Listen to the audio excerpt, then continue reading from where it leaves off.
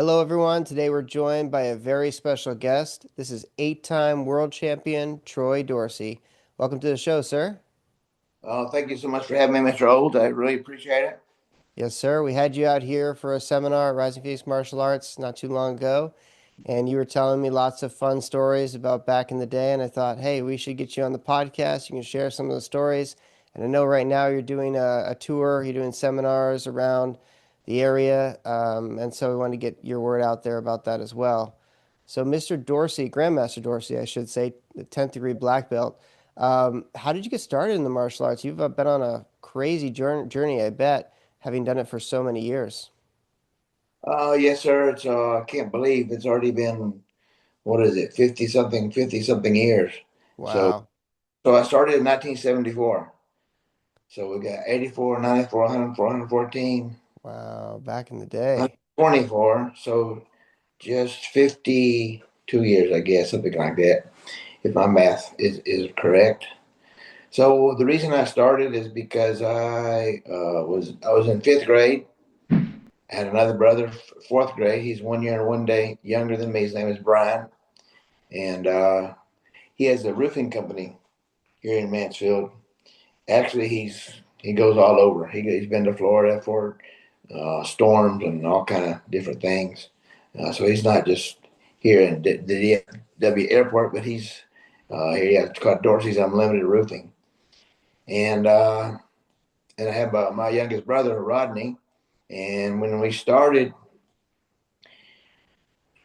2 weeks after we started, we fought in a karate tournament. We had lots of training. I guess maybe we had 4 to 8 classes. I guess I'm not sure how many it was, but when we started, we didn't have gear. Mm. The gear that we had was my groin protector and my mouth guard. And I remember kicking people and hitting people, but I don't remember too much of my making or having problems with my hands. I mean, I have problems with them now, but before then, I And at that time, you could kick people in the groin, right? and you can kick them in the groin. Yeah. So those Yeah, those cups were important. yes, sir. Yeah, and then so there was none of this kicking in the air like this. Yes, sir. But yeah, if you kicked in the air like that, I mean, I would just kick you in the groin. I was usually shorter than most of the people that I fought because I was short. That's the way God made me. Anyways, yeah, kick them in the groin, and that would immediately take away the kicks. Yes, sir. Well, Yes, it's sir. amazing that someone who is a little shorter stature, I mean, you're not super small, but was so successful in striking, considering how much of an advantage it is to be taller. Yeah, yeah. I fought some guys that are 5'10", 6 foot tall. I'm Mm, 5'5" and 3/4. yeah. Wow. That So must be really challenging to overcome. kicking the groin, it was good for point karate. Kickboxing, no groin contact. So the idea, I heard this a long time ago, that what happens is you kill the body and the head will die. So of course I'm not talking literally, but I'm just talking about work the body and get their hands down. Mm, Maybe it won't get their hands down. People when they fight, I see people saying, "Okay, yeah, they'll get their hands up like this." Well, if you're a fighter and you get your hands up like this, you are not going to last in the ring very long. mm, My body's wide open. mm-hmm. So you got to get your hands right below your eyes, turn that little angle here, not this way and not this way, but halfway between that. So that's it right there. And you just kind of arch your back and your shoulders are down. That brings your arms down to your right above your waist. Mm. Then when I do karate, point karate, I'd pop out with one hand down here to block the kick when they try to kick me in the groin. So yeah, we fought in the tournament 2 weeks after we started martial arts. I got second place, Wow. and my youngest brother got first place, and my middle brother, I don't remember. Maybe he got third place. And then after that, it was a long, dry spell for me. Um, my youngest brother, Rodney, he won. Do you remember the United States Karate Championships in the 70s? Well, that was a little before my time. I was born in the 80s, so You don't remember it? So, anyways, in 1974, Rodney, no, 75, I guess, he fought in the Alan Steen's United Karate Championships. And Mr. Steen just passed away probably a month ago. It's pretty sad that we Hmm. lost a great pioneer in Mr. Steen.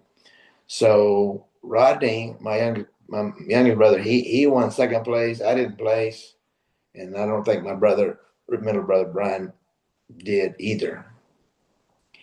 And we just kept going to tournaments. My parents would take us to tournaments. We went to Galveston. We went to Houston, fought in the Karate Olympics, and um, like I said, most of the time my youngest brother would do really well. My middle brother would do right, whatever, a little bit less than him, or maybe sometimes more, or the same, place the same, and I would be not doing too well. So So when you first started martial arts, you went straight into competition and you just kept competing. How often were you competing right out the gate? maybe 6, 8 times a year, Okay. Yeah. something like that. And you did very well in your first tournament. Were you guys very athletic just growing up? Well, we all played pee wee football, Okay. and a little bit more on me about that. And Pee Wee football, we all three of us we'd started and we played linebacker pretty much, and I was running back and a linebacker when I was second grade, third grade, fourth grade, fifth grade, sixth grade, and then when we got to where they have football in school. So it's not more than well, I didn't play Pee Wee football. My seventh grade, I played on the team there in Mansfield, the Tigers, Mm. and uh, I did good there. I played Monster Man, and then in eighth grade, uh, everybody was growing. Me, I was here, so I was uh, I was a lot shorter, and so there are people that have played football, and there's people in pro football. Like there's a guy I think 5'5", and some guys 5'6", play pro football. But guess what? They are fast and they are strong. Mm. So I wasn't strong or fast really, and so then I played my freshman year in high school. Played on the JV team. And in my sophomore year, I played and I got hurt. I was running. I was on the kickoff team. That's one of the great things when you say, "Oh, the Troy played on the kickoff team." Then well, he wasn't very good at it wasn't good enough at the other positions. So, but I was running. I remember full blast, and I put my head down, gonna hit this guy, and his helmet hit my shoulder at the same time. And my head did not hit his head at all, but just his head hit my shoulder, and it separated my shoulder. Oh man. So I went to the hospital that night. They x-rayed it, and they said, okay, you're going to have to go to see a specialist. And then they went to the specialist, and the specialist said, okay, here, hold this. He gave me these 5 pound or 10 pound dumbbells. So he said, okay, take it in your right hand. Okay, it was my left shoulder, and he said, okay, now take your left shoulder. And he gave it to me, and when he gave it to me, it wasn't like it was real high, but it was higher than my hand down by my waist. And I kind of went down my waist, and oh, it popped, and it popped it back in place. Dislocated. Yeah. Wow. Okay. So See, it got better, and it was good. And then my so that was my sophomore year. My junior year, I didn't play football. I started doing kickboxing and had my first fight in September. No, it was October, 1979. And I just kept on. That was my passion, and we're going pretty far in the story. But the story is, I wanted to get better as a kickboxer, so I wanted to learn how to box better. And I went to a boxing gym. My uncle Gary, he had a friend who was they were both into they both raised pit bulls, and he knew a guy named Casey, and he connected me with him, and that's when I started boxing in 1985. I went there just for to be a better boxer, so I could be a better kickboxer. But then I was looking. What's that? What it says here? Okay, there we go. Uh, Don Curry was at that gym. It was called David Gorman Super Pros Boxing Gym. Mm, David, Don Curry, he was a world champion. And then in 1991, no, 1980 something, I was Steve Cruz. I was his sparring partner, and he fought Barry McGuigan, which was the world champion in boxing. And I fought. I didn't fight. I was his sparring partner, so I went with him. We were there in training about 4 or 5 weeks in Fort Worth. And whenever you fight for a world title fight, they bring in 2 weeks early before the fight so they can do press conferences with television and do all those kind of things, promoting the fight. And we were up there for 2 weeks in Las Vegas. I was really, I just felt like I was really fortunate to be able to train with Steve Cruz because he won the world title that day. mm, And that really inspired me. I said, well, if he can do it, I can do it. So I was boxing, and I got cut several times. When someone looks up my record, it says uh, TKO by Oscar De La Hoya, TKO by whoever it may be. That because what happened is I was getting cut above my here mm. and above my here and above my here. So I did fight Oscar De La Hoya. He cut me in the first round. I found out afterwards, like 10 years, 15 years afterwards, that he broke his hand hitting me. So I showed Yeah. Oscar De La Hoya. And all I got Nice. to say is just go ahead and give it another try. So he said, I actually read an article on it when he retired because who was it? Might have been Sports Illustrated or a boxing magazine, but it said that he broke his hand and he had to punch differently for the rest of his career. Mm, yeah. Yeah, Didn't he, was he the one who separated your retina? yes, sir. He was. Okay. Yeah. He actually detached my retina. Yes, sir. He detached your retina, but you took a piece of him with you. Yeah, yeah.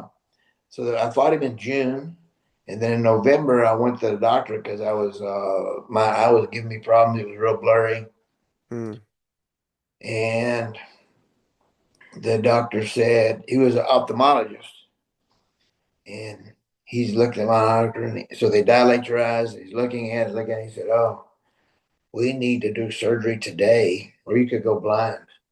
mm, So when that retina's on the back of your eye, and when you get hit, it comes forward sometimes and it tears it, and then there's some liquid inside your eye that could cause you to go blind if enough liquid seeps into your behind your retina.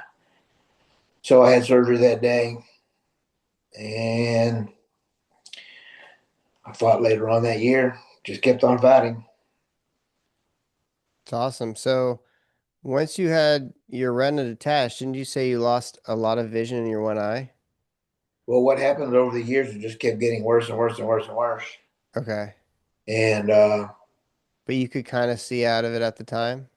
I could see good. Well, I could see, I just couldn't see good. So there's 20/20 vision. Mm-hmm. That means that if what you're looking at is 20 foot away, it's 20 foot away, and it should be 20 foot away. Mm-hmm. But what I was seeing was it was 20 foot away, but it looks like it's 600 foot away. So I could see things. I just couldn't So you read. were kind of blind in one eye, basically. You're like a pirate going out there with one eye trying to fight these fights. That's Well, incredible. well, I could see. I could see. You can see. It was just blurry. It was Yeah, really blurry. Yes, sir. that's incredible. But then I kept on waiting for technology to catch up so they could fix my eye. And I had surgery about 3 years ago, but it was day surgery, so not even day surgery. So you go in, they put you in like your head is like in a vice grip, so you won't move your head. And they deadened it, and then they went in, and I could see them working. Like I could see blood. So you can imagine if you're looking through a plastic container on this side, you're looking up here, and the drop and blood you're dropping block drops of blood. They go like this. They drop blood, and it would go here, and it go. You know how it goes. Whoa. I could see that when they were cutting into my eye. Oh my gosh. So they deadened my eye, and It's I like don't a even think horror movie. I don't even think they put they didn't put anything in my arm, or they didn't put me to sleep. I was just kind of uh, I was just Sedated. I was not I was just kind of out of it, like little just like I said, didn't go to sleep. Yeah. So they uh they fixed that eye, and I could see with that eye 20/40. Hmm. So it increased Yeah, a lot. 560 feet. Yeah. Yeah. And Uh, so I got that eye done, and the next day I went in and got the other eye done. And this that's right eye was 20/20 up until about 6 months ago, and then this one was 20/40 up until about 6 months ago, and now I got something else going on. It's all blurry again. My left one especially. gotcha. So the reason I was my left eye was damaged is because most people thought, I thought left leg forward. Mm-hmm. Just got hit on the left side of Hmm. my eye. Got hit the front eye. Yeah. Now that was a pretty serious injury. Do you have any other serious injuries like that in your career? Uh, I have a knot on my wrist, and it bothers me. So Mm. when I turn your hand down like that, it feels like someone's doing it real fast. You know how you get Yeah, like wrist even though lock almost. yeah, there's some self defense moves that, like I said, wrist Yeah. lock people do. Don't do any wrist lock on me because It so when I wouldn't move. It's just locked in place. yeah, what it is doing push ups like this. Yeah, It really hurts my wrist. So I don't do push ups like that. I do them on knuckles. sure. Yeah. Well, that's more hardcore anyway, so. Yeah, I've heard Demetrius Avanis, my hero, back in my kickboxing days. Of course, Mm. he's still my hero, but I heard he used to do push-ups on cheese graters Oh my gosh.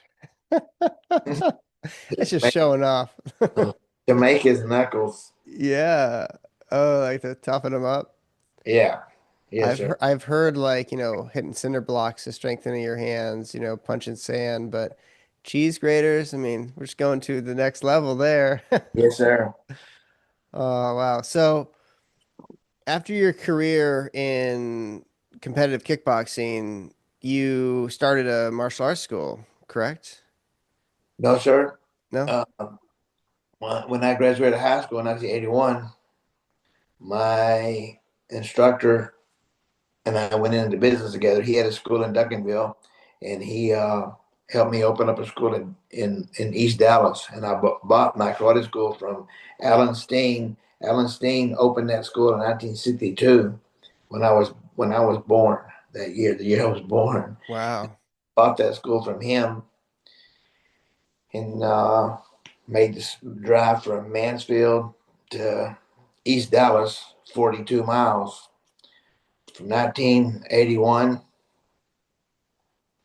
A short time I lived in Mesquite. It was like 15 miles away from the my martial arts school. But for the rest of the time, I drove from Mansfield, like I said, 42 miles. And I sold that school in '99. At the same time, I opened up a school in Mansfield in 1999. So I opened one in my hometown. Gotcha. Yes, sir. Okay. But you had a martial arts school for a long time, it sounds like. Yes, sir. Since 1981. What was that experience like teaching martial arts? Oh, I loved it. Yeah. So I love it. I love to do it, and I love to teach people how to do it. And I just see over the years or in months, you see it. Kids improve their confidence, and they take up for themselves at school. We talk to them about bullying, and if you get bullied, do this. Don't Hmm.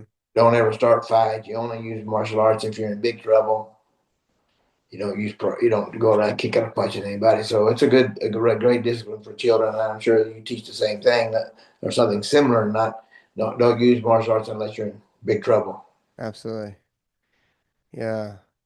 You seem to be quite taken with children. When you were out here, you were really sweet with my students. And is that something that you've always enjoyed working with young kids? Oh yes, sir. Yeah, I like working with the big kids too, Yeah. Yeah. like Yes, sir. like me, like you, the big kids. Yes, sir. Yes, sir. But yeah, so I really enjoy working with the kids and seeing their eyes get big or when they I mean I remember when I was little and just looking at martial artists, black belts, and it really is was encouraging, and that's what when that's what you want to do, that's what you want to do, and you got to be like those guys, be like Mike. I don't know if you've seen that uh, commercial Like with Mike Tyson. Michael Oh, Jordan. Michael Jordan. Oh, I haven't seen that. No. It was a long time ago, but there was a commercial on television about him be like Michael. Maybe they just said Mike, but yeah, he was amazing basketball player. Yeah. No, absolutely. Um, so what are you up to these days then? Well, I'm teaching seminars, so that's where how you and I got connected. Yes, sir. how did you hear about that? How did you hear about me doing seminars? Well, we had met at the Houston International last year. You were there signing autographs and stuff, and Grandmaster Abel introduced me to you, and we got to talking, and it was like, hey, you should come out and teach a seminar at my school, and lo and behold, it happened, and we were really excited to have it, manifest. So, Yes, sir. Yes, sir. absolutely. Whatever. Thank you for having me. I appreciate it. And so yeah, that's what I'm doing now. Doing seminars, and Yes, sir. If people wanted to get a hold of you for seminar opportunities, how would they do that? they could call me Yes, sir. or they could message me on Facebook. Call me at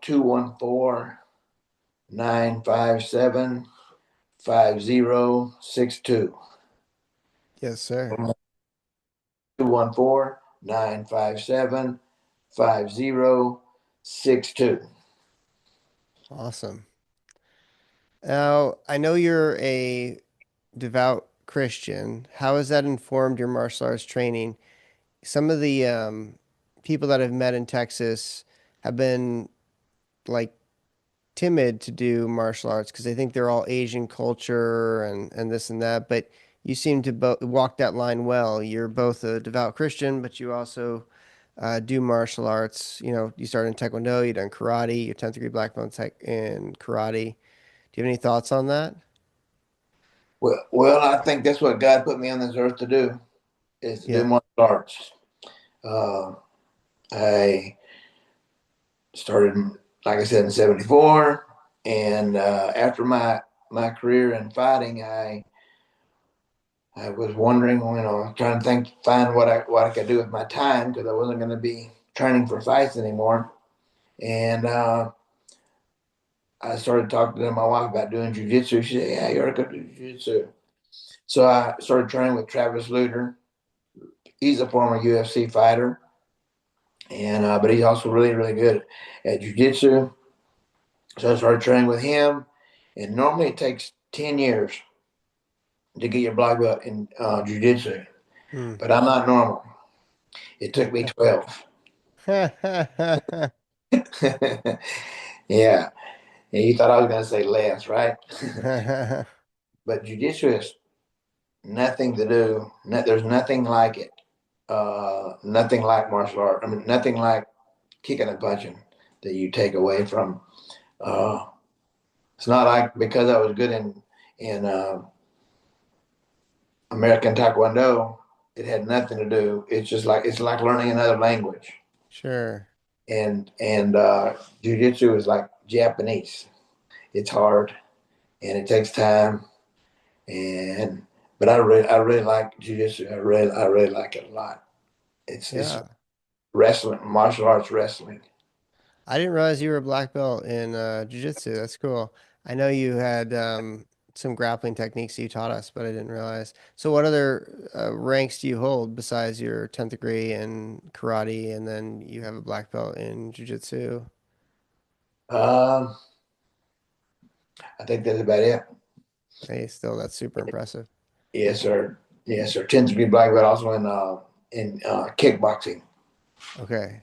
Yes, sir. I have an organization called Troy Dorsey Kickboxing Organization, and we teach people how to kick, Mm, uh, kickboxing. Also, we teach them how to run their business. We have, mm, we've had students. We've had people. Well, we have some people that have came to our that we've worked with, and they're really doing good. We've got one guy who, after he'd been with us for maybe a year, he used all of the things we were talking about running his business, and he bought a building and paid it off, and now he's driving around one of those nice silver cars. You know what I'm talking about? mm. I Yes, can't sir. I can't think what they're called, but anyway, yeah. So it's really That's changed great. his life because he's able to provide for his family. I'm not saying that we teach people how to get rich, but yeah, you we I think that martial artists should be and could be for sure rich because look what is the value on the things we teach men, women, and children. Mm, Well, you can't put a value on it. I mean, charge a mm, couple $100 a month, but mm-hmm, it really is an amazing thing that people can learn and improve their lives. And mm-hmm, there are children that have committed suicide because they're getting bullied. So terrible. mm-hmm. So yeah, so getting bullied is that's part of growing up, I guess, sometimes, and we can help children out with that for sure. And Yeah, well, I think martial arts has always been a safe haven for people who are being bullied and feeling outcast in society. But I think particularly now that is even more common. And so it's really important for us to do this work. And in order for us to do this work, we obviously have to make money doing it. I remember when you came out, you gave me some business advice. It seemed like you knew your numbers and how it needs to be put together. So I'm sure anyone who took your advice would do well. yes, sir. Yeah, that's what I'm out here to help. I'm out to help grow martial arts. So the more people that you have at your school, and that not just you, but any of us, the more people we help. Mm-hmm. So we Yes, want to sir. get as many people as we can in our schools to help them get physically strong and mentally strong and be Yes, taken sir. care of. Yes, sir. Yes, It's not sir. not about just kicking and punching. It's about self control, Mm-hmm. respect, discipline. So Yes, sir. So we talk about self-control. If your friend comes up and offers you a pill or a drug or to smoke something, we have to use self-control. Yeah. And then respect. We teach respect is like what Jesus said. He said, "Treat others the way that you want to be treated." So Mm-hmm. because I become a world champion, I don't try to push people down and say, "Oh, you're nothing," because we want to lift other people up. And all of us, I think, can be pretty much a world champion in anything, whether it be martial arts, being a dad, being a husband, being all these things. We can be. I heard this one time, and I said, they said, what's the biggest room in the house? The answer to that question is the room for improvement. Yes, sir. So in all these areas of our life, I'm still not. I haven't reached where I want to reach. I still want to get better. Mm, Be a better husband. Be a better dad. Be a better grandfather. So, mm-hmm. and we just added one to our flock last week. We had my oldest daughter, Kendra, had her baby, her third child. She has two. There's Lorenzo. He was born. He's our first grandchild, born June 4th, back 5 years ago. Mm, And then about 5 weeks later, my youngest daughter had a baby, Olivia. We got a little mm, boy, a little girl. And then a couple of years later, my oldest daughter, had another boy. His name is Cruz. His birthday's in April. And then my she just had another baby last week on Wednesday, mm, February 4th, and my youngest daughter is going to have her baby in March, mm. and she has a little boy. So Wow. it really is unbelievable because she had a girl first, now she's going to have a little boy. Yeah. Those little grandkids are. I can't believe I'm a papa now, but Yeah. It sounds like you get your hands full. yes, sir. Yeah, It's and great. it sure is fun, and I hear that I've heard people say this, not saying anything bad about anybody that has said this, but it says, but I guess it's just kind of a joke that you spoil your grandkids and then you give them back. Well, I like to spoil them, but I don't want to give them back. Yeah, so it's amazing. Yes, Nice. yeah. Yes, sir. Well, we're kind of winding down. I know you have a lot, on your plate right now, so I don't want to hold you up too much. But do you have any funny stories about martial arts? Anything come up in your career that you think younger martial artists would find entertaining or inspirational? Well, I guess the main thing that I wanted to let people know about is, of course, I wanted them to know about Jesus Christ, but also not to give up on themselves. Mm, Don't give up on yourself. I mean, adults do it. It's not just a kid thing, and I've done it before. I've given up on things before, and just God has designed us. We're wonderfully and can't think of what it is. I drew a blank on this sort of thing. Wonderfully and fearfully made. That's what the Bible says. That we are wonderfully and fearfully made, and I cannot agree mm, with that more. That He put seeds of greatness inside us, and we can all achieve those things if we just keep on trying. Don't give mm, up. Don't give up. There's like Henry Ford. How many times did it take him to design the automobile? And mm, there's all kind of things that people have done, and they just kept on doing it. They kept on going. They kept on. It's like Michael Jordan. What did he do when he started basketball? Was he very good? Probably not. But what mm, he did, what he spent extra time, I've heard, standing at the free throw line over and over and over. mm, Practice, practice. What do they say? Practice makes perfect. But yeah, the more you do things, the better that you get. So the only difference between me and a brand new student is I have 50 plus years of martial arts training. That's the only difference.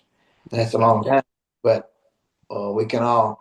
So don't let anybody spoil your dreams. If I'm not talking to you necessarily, but yeah, we don't want to. I don't want anybody to give up on their dreams. If they've got a dream, they want to become a janitor, they want to become a football player, they want to become a doctor, they want to become a pro physical therapist, kickboxer. a kickboxer, whatever it is. Don't give up. You can look on my record. I've got losses on my kickboxing record. I got losses on my boxing record. I got TKO back. I got a cut. So when I got that cut from Oscar De La Hoya, it was like a 2 inch gash here. So it detached my retina. I also got cut. And when I went into the to get it sewed up in Vegas, they said the doctor told me there's surgery that you can have. And what they do is they cut you from here to here, and they Mm, pull the skin down to the edge of your eyes, and they shave the bones out down here. They cut some skin out of your eyelids, whoa.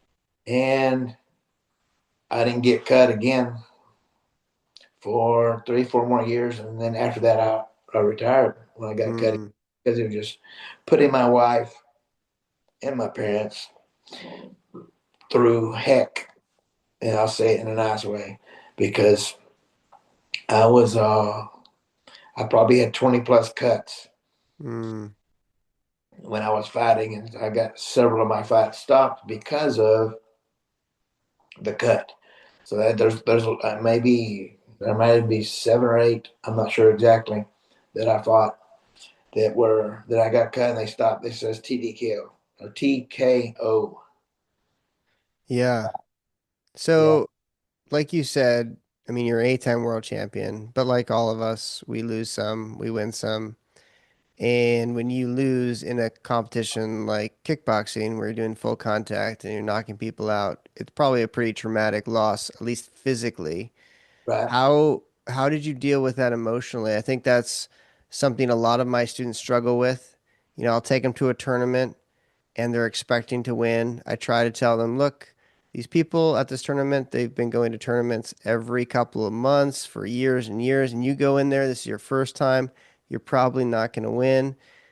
They go in, sometimes they win, sometimes they right, lose, but when they lose, a lot of times it's like a death knell, you know, and they want to quit and they think they take it very hard. So what is your advice for people like that? I mean, I think all of us struggle with failure and dealing and coping with that. So, but it seems like you've done very well with that and handling those challenges. So, what's your advice? Well, the first time I fought for a world title was in London, England, at the Wembley Arena, where they had the Olympics back in the '60s, and I won the world title. It was point karate and kickboxing. So I'd go to kickboxing and I win the fight, and then I'd go to point karate, and I went back and forth, back and forth, back and forth, back and forth. So I won world title in kickboxing, and I won one in point karate. But it wasn't a 12 round kickboxing world title. It was two rounds. So that's not as not. I don't think of it as highly as I do when I Mm, fought 12 rounds. So the next time that I fought for a world title, it was I fought Felipe Garcia. He had the title, I think, for 7 years. I fought him August 8th, 1986. And guess what happened? I lost. mm, I remember crying in the bed that night with my mm, wife. I was just crying. I was just devastated. But see, what happened is I knew I could beat him in boxing mm, because 2 months before I fought Felipe Garcia, I was with my friend Stevie Cruz, and he won the world title in boxing. And I felt like, wow, I know I can win a world title in boxing now. So I'm going to be able to outbox Felipe Garcia. Well, it wasn't boxing; it was kickboxing. So that's totally two. totally different sports. So what I started doing after that fight, after me losing to Felipe Garcia, is I started doing 1,000 kicks a day, except Sunday when I would take off Sunday and go to church. I 1,000 kicks every day. Somewhere Mm, I'd have somebody counting my kicks all the time, whether they were whether I was fighting, whether I was kicking the bag, and if I didn't get 1,000 kicks, at the end I just pick my leg up, 1, 2, 3, 4, 5 round kicks, 7, 8, 9, 10. I would do a lot of those in the air. mm, So what do they say? And what I'm going to say is, at first you don't succeed, you keep going until you do. Don't give up on yourself. Don't give up on yourself.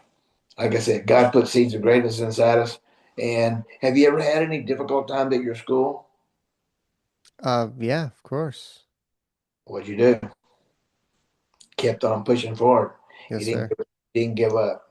Mm-hmm. So we're all going to come to those times in our life where we uh, we can either give up or we can win. So That's giving up, that means if I get when I give up, I lose. So don't give up. Don't give up. Just keep pushing forward, and you keep doing the same thing and expecting different results. What do you call that? stupid. Right? Stupid or idiot? They call it something else. I can't remember exactly what it is. I was hoping you would Already know. a definition of insanity. Yes, that's right. Yeah, insanity. Exactly. Keep doing the same thing. So what you have to do. So I'm not saying I know it all. I don't know it all. But like the first time I fought for the world title in kickboxing, the 12 round kickboxer, that was the deal. I wasn't kicking. I was only kicking 8 times around, and then I was trying to box the guy, but he's not boxing. It's kickboxing. So I got those kicks up, and I was kicking, and then I started kicking 20 plus kicks around in the when I was fighting Hmm. in the ring, the real fight, I guess I should say. So yeah, I haven't. Again, I don't want to sound like I've figured it all out. All you got to do is this. All you got to do is this. No, you got to work. You got to work harder than anybody else. And I remember thinking, someone told me about this. Just think, okay, so Troy, what is your opponent doing right now? As you're getting ready to leave the gym, what is your opponent doing? Is he still working out? So Mm-hmm. always do that extra. Give that extra, that extra 5 minutes or extra 30 minutes or extra punches, extra kicks, extra. And also, if you believe, you can achieve. Mm. You have to believe in yourself. Yes, You, sir. you can't go in there with without confidence. Where do you think that self-belief comes from? Mm, Some people struggle with that. yeah, I think it could come from the way the person was raised. Mm. Yeah, our parents have a big effect on our mind. In martial arts, we're semi parents to the kids that we work with for years and years and years. Mm-hmm. And then I don't know how many times I heard that a student that I had was when he was a kid, and then I run into them when they're an adult, and they said, "Yeah, I help me believe in myself." So that's one of my missions is be on a mission to develop the I can attitude. I can. I will. I would tell myself when I was fighting, I will win. I'll get stronger every round, and I will win. I will win. I will. Just repeat that stuff to yourself. Not that stuff. Repeat that to yourself. I Mm. will win. I can do it. You can definitely beat yourself up, and I've done it before. Mm-hmm. Like I said, I'm not Mr. Perfect, but I do know that for sure you have Have confidence in yourself. Do we all mess up? We all fall down. We all Mm-hmm. what do they say when you're younger? They say you fall down, you get up, you brush yourself off, Mm-hmm. and you go and you keep pushing forward. There's a verse in the Bible that says, press forward to the mark of the high calling of Jesus Christ. So Philippians 4:13 is the most popular verse, I believe, in the world. If it's not, it's John 3:16. John 3:16 says, for God so loved the world that he gave his only son, that whoever believeth in him shall not perish, but have eternal life in heaven. So we want to keep pushing forward. We want to tell ourselves we can do it. We don't give up. The other Bible verse is, uh, I can do all things through Jesus Christ who strengthens me. Does Mm. that mean all things? Does that mean some things? No, it means all things. So Yes, sir. keep pushing forward. Don't give up on yourself. Support your wife. Support your kids. Give them positive words.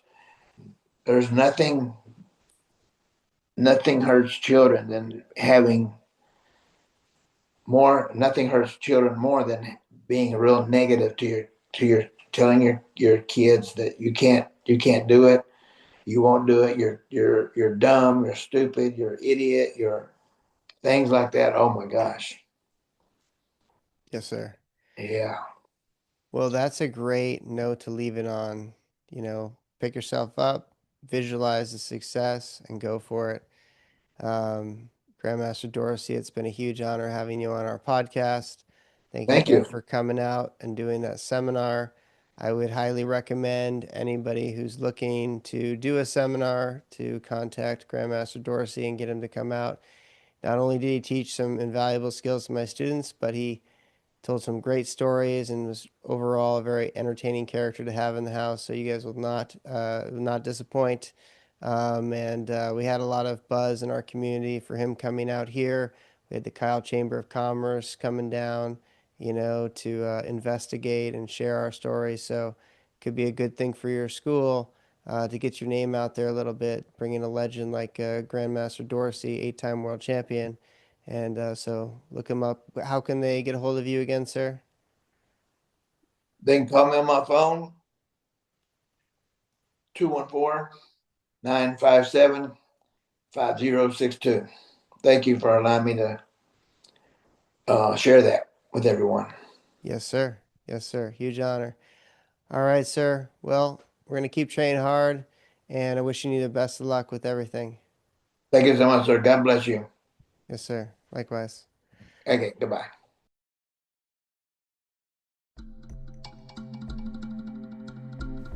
If you enjoyed that podcast, please consider liking and subscribing to our YouTube channel, as well as hitting the notification bell.